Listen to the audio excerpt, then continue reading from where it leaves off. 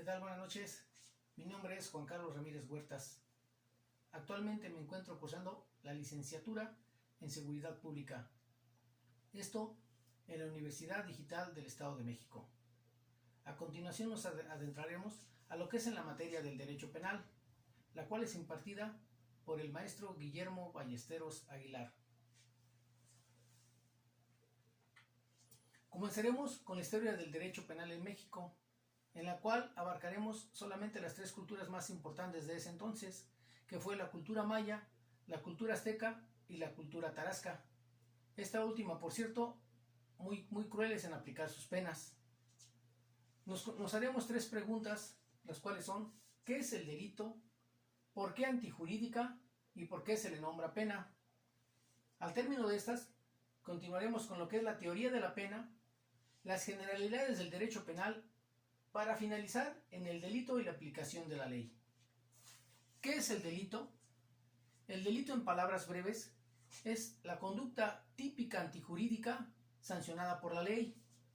¿Por qué antijurídica? Porque está fuera de la ley. ¿Por qué se le nombra pena? Porque está basada en castigar y sancionar el delito. Culturas prehispánicas en México. Para ese entonces, ellas eran gobernadas por los emperadores, los cuales tenían la facultad de castigar y sancionar los delitos cometidos entre su comunidad. Para los mayas y los tarascos, el adulterio era penado y pagado con la muerte, ya que para ellos era muy mal visto en ese entonces, pero para los tarascos iba más allá de la muerte solamente, ya que ellos la hacían extensiva hacia los familiares de estos y también les quitaban sus bienes. Para los aztecas esto solo se castigaba con la represión y el repudio.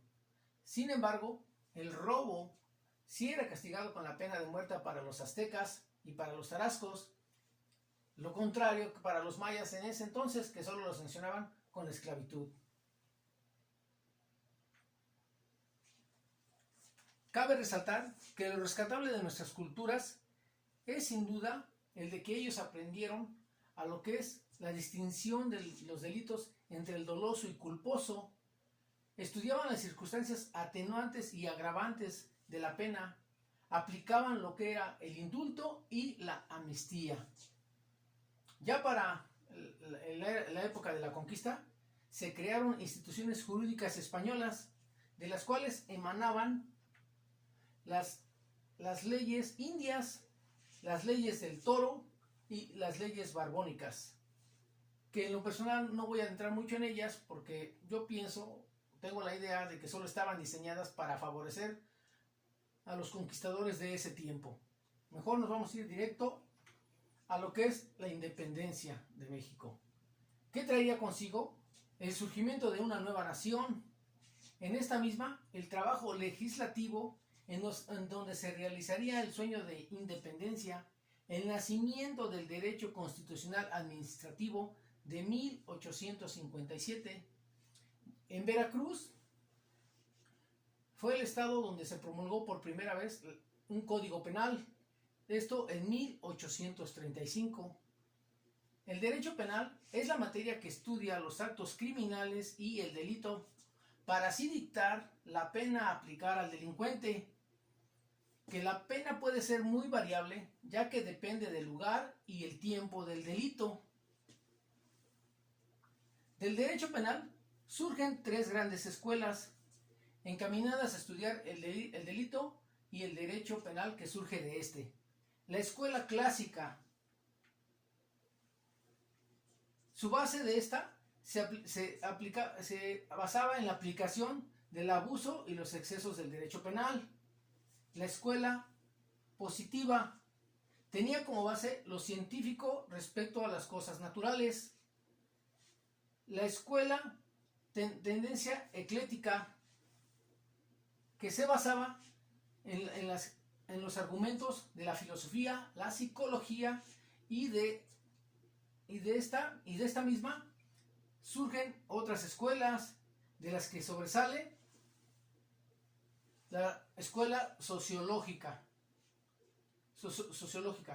que tiene como función realizar el estudio de las penas y las medidas de seguridad. Para concluir, está el delito y la aplicación de la ley. Cuando se consuma un delito, este será juzgado a cargo de un juez, que es el que determinará la pena para el delincuente. Depende del juzgador saber y contemplar el lugar donde se aconteció el delito, ya que las leyes pudieran haber expirado y cambiado con el paso del mismo, sabiendo que las nuevas leyes, lamentablemente, esto solo beneficia al delincuente. No hay que olvidar que la aplicación de la ley penal comienza en cuanto se materializa el delito.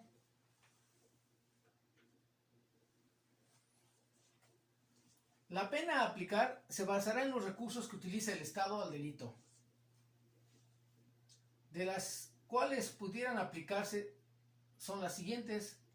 La ley penal y validez espacial. Esa aplica a todos los que se encuentren dentro del país. La ley y validez temporal se refiere a la ley penal vigente al momento de consumado el delito. La ley penal y validez personal. Esta nos dice que se aplica para todos sin distinción, solo para los casos mentales.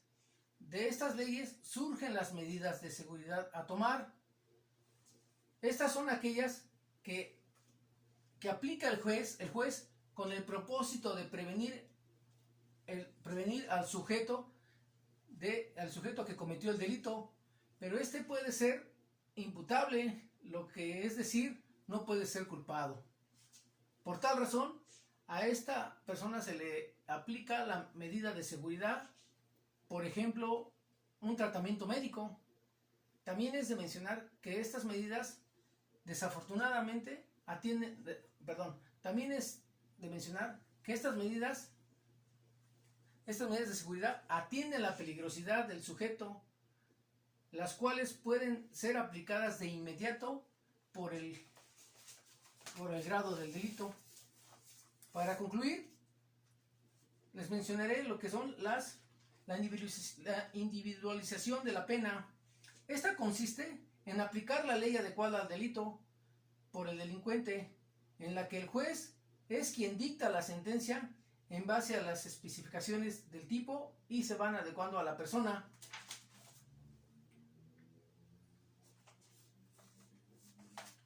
Sentencia colectiva. Esta decisión legítimamente pronunciada por el juez al juzgar de acuerdo en su opinión y que alcanza a cuantos se encuentren en las mismas condiciones, aun cuando no hayan participado directamente en el litigio. Condena condicional. Esta consiste en aplicar penas cortas, preventivas de libertad, con la condición del que el sentenciado no vuelva a cometer algún delito en cierto tiempo. Conmutación. Esta medida de seguridad permite al imputado sustituir a juicio del juez lo que debía de ser prisión, y si fuera la del confinamiento, se conmutará en multa. Para esto se requiere que sea la primera vez que el sentenciado incurra en el delito intencional y que haya tenido buena conducta antes de su comisión. Concluyendo con la sustitución de la pena, la cual consiste en excluir provisionalmente bajar la imposición de condiciones en el incumplimiento de la pena privativa de la libertad impuesta. Por el momento es todo. Muchas gracias. Hasta luego.